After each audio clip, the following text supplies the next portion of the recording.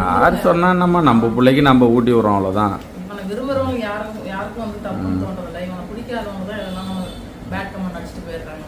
விடு, அவங்க சொல்றவங்க சொல்லிட்டு போறாங்க என்ன வேணாலும். பணத்துக்காக என்ன வேணா பண்றீங்களா அப்படின்னு ஒருத்தவங்க சொன்னாங்க. என்ன பணத்தை வாரி கொடுத்துட்றாங்கன்னு தெரியல. அதுல எங்களை மாதிரி மற்றவங்களும் பார்த்துக்குங்க. இது மாதிரி ஜீவன்களுக்கு நம்மள மாதிரி ஆளுங்க தான் ஆதரிக்க முடியும். இப்போ ரோட்ல பார்த்தினாக்கா எத்தனையோ மாடை விட்டுறாங்க.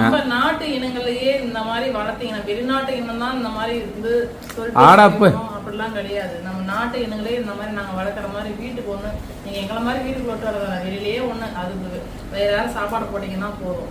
நம்ம கிராமத்திலலாம் பாருங்க, இவனா இருக்கட்டும், அதே மாதிரி மாடு பசு எதுவாக இருக்கட்டும், அதை வந்து அவ்வளோ இதுவாக பார்த்துப்பாங்க.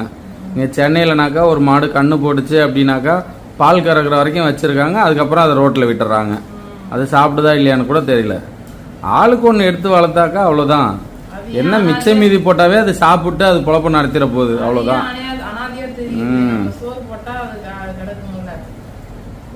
ஒன்றும் இல்லை, இப்போ எல்லாம் வேஸ்ட்டாக எடுத்து குப்பையில் போடுறத ரோட்ல இருக்க ஜீவனுக்கு வச்சா அது சாப்பிட்டு போயிடும்.